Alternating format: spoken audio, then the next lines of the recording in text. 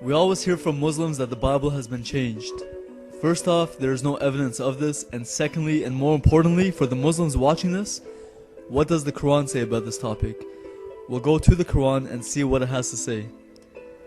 So for the first question, according to the Quran, can the words of Allah be changed?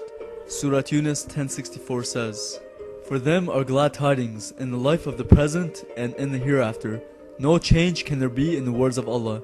This is indeed the supreme felicity." So there is no changing the words of Allah according to the Quran.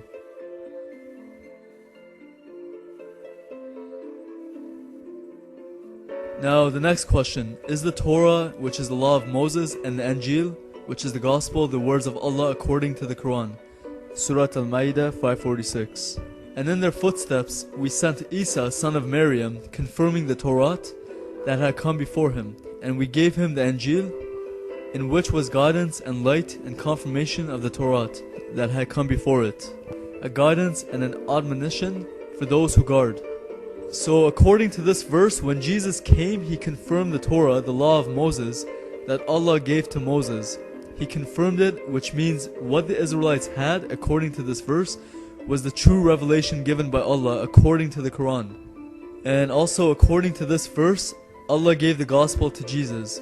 They were both the words of Allah. Surah Al-Nisa 4:163-164. "Verily we have inspired you as we inspired Nuh and the prophets after him. We inspired Ibrahim, Ismail, Ishaq, Yaqub, and Al-Asbat, Isa, Ayub, Yunus, Harun, and Sulaiman, and to Dawood we gave the Zabur. And messengers we have mentioned to you before, and messengers we have not mentioned to you, and to Musa Allah spoke directly." So the Gospel, the book of Job, the book of Jonah, the book of Solomon, the Psalms, and the books revealed to Moses are all the words of Allah according to these verses. Also, Allah spoke directly to Moses, something that in the Quran does not happen with any other prophet, including Jesus or Muhammad. So please, no more written by men's statements, because according to the Quran, it was revealed by Allah, but it was scribed by men, just as the Quran was scribed by men. So far what we see is that all these books from the Bible are the words of Allah according to the Quran. And remember, the words of Allah cannot be changed. Surah Yunus 10:94. "But if you are in doubt as to what we have revealed to you, ask those who read the book before you. Certainly the truth has come to you from your Lord, therefore you should not be of the disputers." Also Surah 4:136. "O you who believe in Allah and His Messenger, and the book which He has sent down to His Messenger, and the scripture which He has sent down to those before, and whosoever disbelieves in Allah, His angels, His books, His messengers, and the last day, then indeed he has strayed far away." If the Bible was corrupted, why would Allah direct a follower of His to that corrupted book? Why would He command that you believe all of His books if some of them are corrupted, especially after Allah saying that His words cannot be changed and that His words were the scriptures before the Quran was revealed? That would make no sense. Surah Fatir 35:31. "And what we have inspired in you of the book, it is the truth, confirming that which was before it. Verily Allah is indeed all aware and all seer of His slaves." So again, we see that the Quran states very clearly that not only the previous scriptures were from Allah, but also that the previous scriptures were intact, meaning not altered. As the surah says, the Quran came confirming what was before it. Surah Al-Imran 3:3. "It is He who has sent down the book to you with truth, confirming what came before it. And He sent down the Torah and the Injil." These two verses very clearly say that Allah sent the Quran confirming what came before it, so confirming the Torah and the Injil. It can't get any clearer. When the Quran came out, it confirmed the scriptures, it confirmed the Bible. All these surahs say that the Bible was not corrupted. And then we have Surah Yunus 10:37, which says, "And this Quran is not such as could be forged by those besides Allah, but it is a verification of that which is before it and a clear explanation of the book. There is no doubt in it from the Lord of the worlds." Then Surah Al-Ahqaf 46:12. "And before this was the scripture of Musa as a guide and a mercy, and this is a confirming book in the Arabic language to warn those who do wrong, and as glad tidings to the good doers. Here are two more examples of the Quran verifying that the previous scriptures were once again intact. There are so many more verses where the Quran confirms the scriptures that came before it. I think the verses I posted from the Quran are enough, but I will post some other verses from the Quran that I haven't already shown in this video, and if you want you can take these verse numbers and search them on your own. Okay, so from these verses I think it's pretty clear that 1. Allah's words according to the Quran cannot be changed. 2. The Torah, the Injil, the writings of David, Solomon, Job, etc., etc. are all the words of Allah according to the Quran, so therefore they cannot be changed.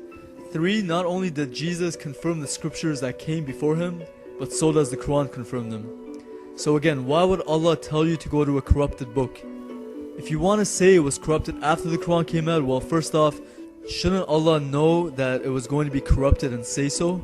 And also, knowing that it would be corrupted, shouldn't He, being all-knowing, not refer you to it in the past, present, or future? Also, if it is corrupted, shouldn't He say that it is corrupted? And say it very clearly, but again, it confirms the previous scriptures and says nothing about any corruption. Also, on the topic of it being corrupted after the Quran came out, that's impossible. We can compare our Bibles today to the Dead Sea Scrolls, which were written around 700 to 1000 years before the Quran, and they match with what we have today. And then there is the Greek translation, the Septuagint, which was done around the 2nd century or 3rd century BC. Then there is the Aramaic translation called the Peshitta, done around the 2nd to the 4th century AD. Then there is the Latin Vulgate, done around the 4th century AD. And then for the New Testament, there are over 5,000 early Greek manuscripts of the New Testament.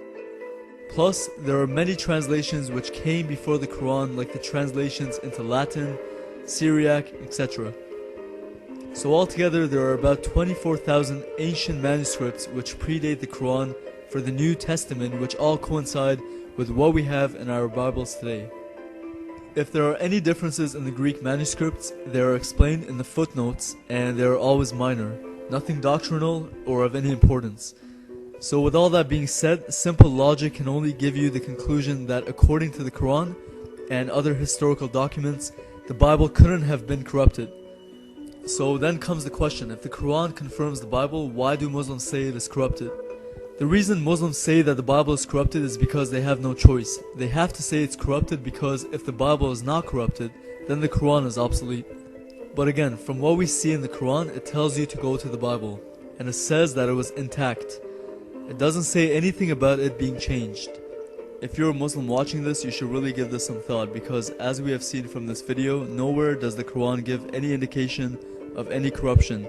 Again, it's the opposite. The Quran actually confirms the Bible. I know I keep repeating myself, I just want to get the point across. Now, I want to take a moment for any Muslims watching this who might not understand the reason for the crucifixion. God is holy and perfect, and there is none like Him.